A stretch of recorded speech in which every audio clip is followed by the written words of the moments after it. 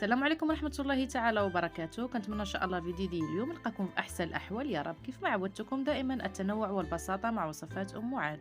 اليوم ان شاء الله غنشارك معكم غداء او عشاء اللي هو مقيلة بالبيض والدنجال اللي كتجي البنات اكثر من رائع، كتجي لذيذة بزاف بالنسبة للوليدات اللي ما كياكلش لكم الدنجال او الخضر.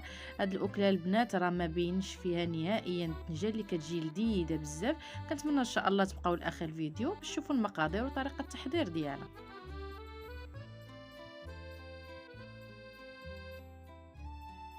هنا بالنسبه للخضر اللي غادي نستعمل، هنا عندي واحد 2 حبات تاع الدنجال اللي كنكونوا غسلناهم، عندي ايضا 2 حبات تاع فلفله، وعندي 2 ريوس تاع البصله. الا كان عندكم هنا البصله كبيره استعملوا غير وحده راه كافيه.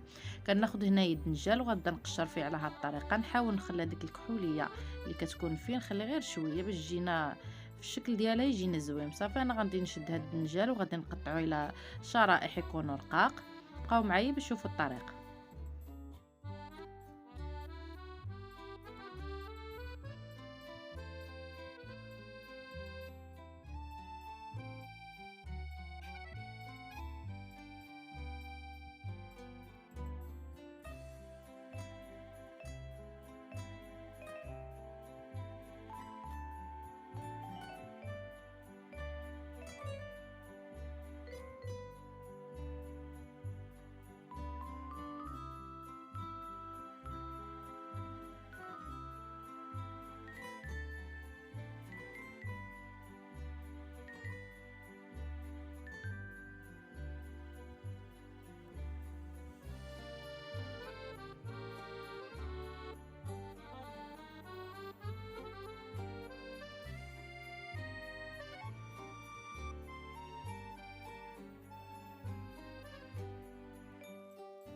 من بعد غادي ناخذ مقيله غادي ندير فيها الزيت عادي. غادي نضيف ليه داك الدنجال اللي قطعناه على شكل شرائح رقاق على هذا الشكل، وغادي نخليه هنايا الدنجال ديالنا حتى يهبط لينا. من بعد غادي تشوفوا باقي المراحل.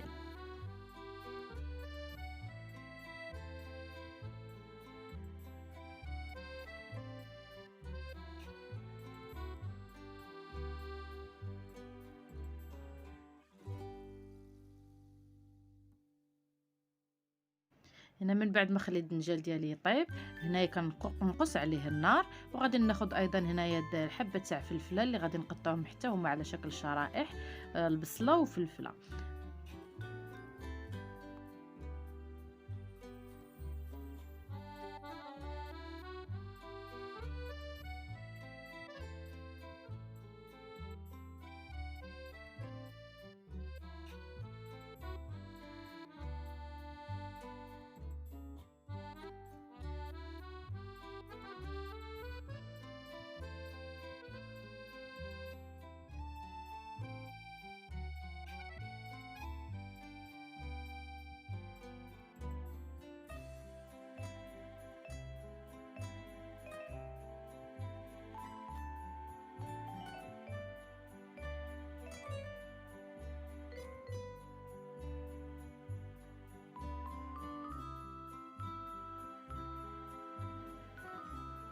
من بعد ما طاب لينا البنات الدنجال غير تهبط لينا غير شويه ماشي بزاف، ما نخليوش شي يطيب مزيان. صافي غادي نحيدو، غادي نديرو فشي طبيصيل.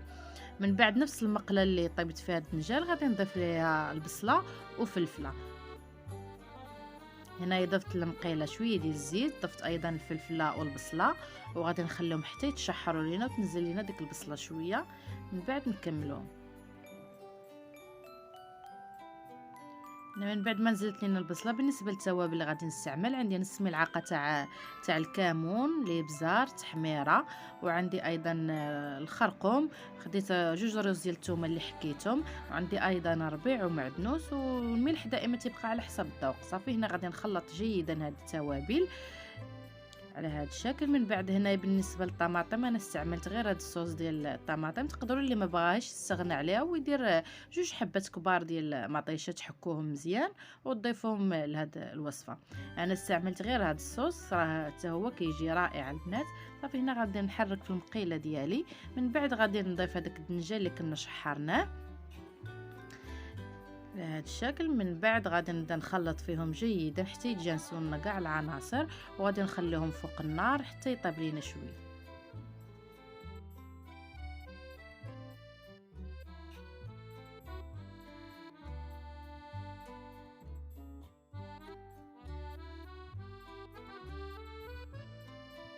هنا من بعد ما طابوا لينا كاع هاد العناصر كناخذ هنا فورشيط وكنحاول نمعس جيدا هذاك الدنجال. اللي ما بغاش يدير الطريقه ما يديرهاش يخليه هكاك. انا فضلت نديرها باش ما يبانش ليا بانني راه دايره الدنجال. هنايا كنحاول نمعس على هذا الشكل. من بعد غادي ندير واحد تقريبا واحد 4 الحبات تاع البيض. غنبدا نخلط فيهم. هنا الحبات يبقاو على حسب المتوفر عندكم، تقدروا تزيدوا تقدروا تنقصوا اللي كيبغي البيض.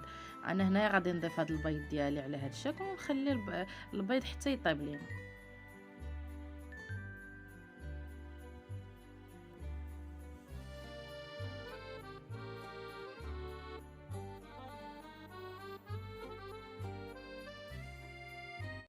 هنا من بعد ما طابت لينا هاد المقيله ديال البيض كندير عليها واحد رشات تاع الكمون.